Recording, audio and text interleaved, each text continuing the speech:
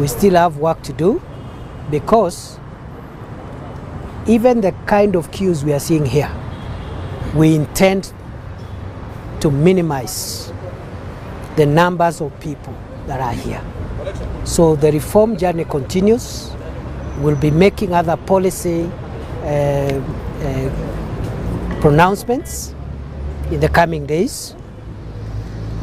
And for me, I think this is now a place I'll be reporting almost every other day. Okay, so I'm here now. I'll be here much later, perhaps in the day. I'll be here every other day until we work together with my colleagues to ensure that this is a good place. In fact, now that the public perceptions about our services here have not been very good in the last few weeks, we have been challenged. All of us have been challenged. We want now to turn the story around. This place is going to be the most efficient service delivery point, not just in our ministry, but also we want to strive to be number one across the public sector. So we still have a journey to cover. We have not fully addressed the production issue.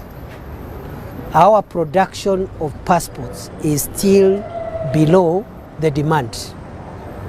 We will bring normalcy by first addressing the entire backlog, and once the backlog is completely removed, we will stick to the directive that I gave in February, which is every applicant of a passport must receive it within 7 working days.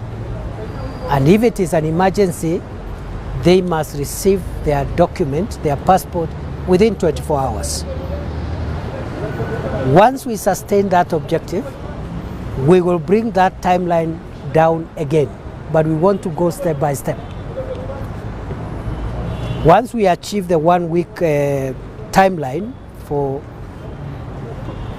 the passport to be availed, we'll set a new target, and by that time we'll have acquired more equipment, more printers, and we'll have invested a little more in more personnel and more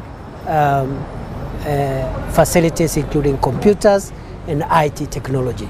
So the long story is this: the journey that we have started here, we are committed to complete it. Number two, although there is some progress, we are not yet there. Number three, the policy changes we have made here are going to be permanent. We are not going to have a rollback again. So going forward, it can only get better, and no member of the public will be harassed or mistreated in this space. As you can see, these members of the public have told me none of them have been asked by anybody for a bribe today. And therefore, the zero tolerance to corruption is non-negotiable. The people who are hanging around there and harassing citizens asking for bribes will not return to the space. And we'll keep the vigilance, we'll keep our intelligence alert, because it is possible for them to relocate to some corner nearby here and start doing the same thing. So we are monitoring even telephone conversations that we suspect could be conversations that are of criminal intent. Nobody will be spared. Finally, we had two problems here, two challenges. One was the challenge of technology and production. That is what was hurting service delivery here. The second challenge was a challenge of corruption. And we don't want to mince our words about that. The only caveat we want to place is that the issues of bribery, solicitation, and corruption involved very few people here. And many of them are members of the public who are pretending to be our officers, but they are just brokers from town and criminals. Even among our staff from the immigration and also our staff from the National Police Service who work here to support the work going on here, the majority of them are doing a good job. The public is saying it. And we want to applaud these officers and these staff members for doing that. And we want to ask them to continue doing that. The few members of staff, the few officers who may be tempted to try and roll back what we have started here, we will make sure that they don't succeed. And the same energy, the same commitment, the same consistency we have employed in dealing with other long-standing security challenges, we'll apply the same energy, the same vigor in the fight against cartels and corrupt people who have been trying to use their space to frustrate the people of Kenya.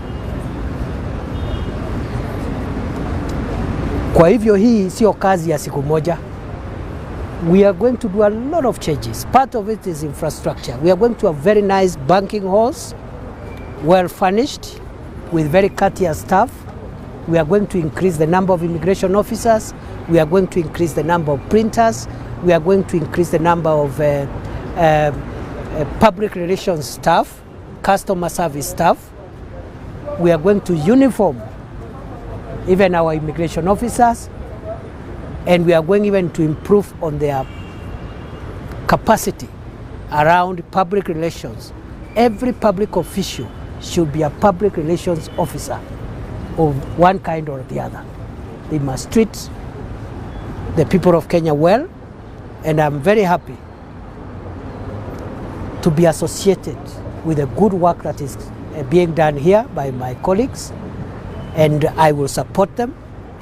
I will intervene for them. I've already made some success, as I said yesterday, in the area of budget, because budget has been a big issue, and the other things that are outstanding, we will address them as we go along. So I think so far so good. You'll see me around again soon. In case you hear anything that we need to know, please let us know. Waziri. Either openly or confidentially, let us know. Waziri, my name is Francis Ode, KTN News. Today you visited this morning. Yes. Maybe how was production yesterday night? How many passports were produced yesterday night? And probably is it different from the previous productions? We are still at the same pace. We are producing about 1,700 a day, 1,700 nights. And the reason why the production cannot change is because we have two equipment. So the factors are standard. So until when we get the additional printers, we expect the pace to remain the same. Number two, we are at the final end of processing additional staff. The Public Service Commission is doing the final procedures of interviews and then deployment.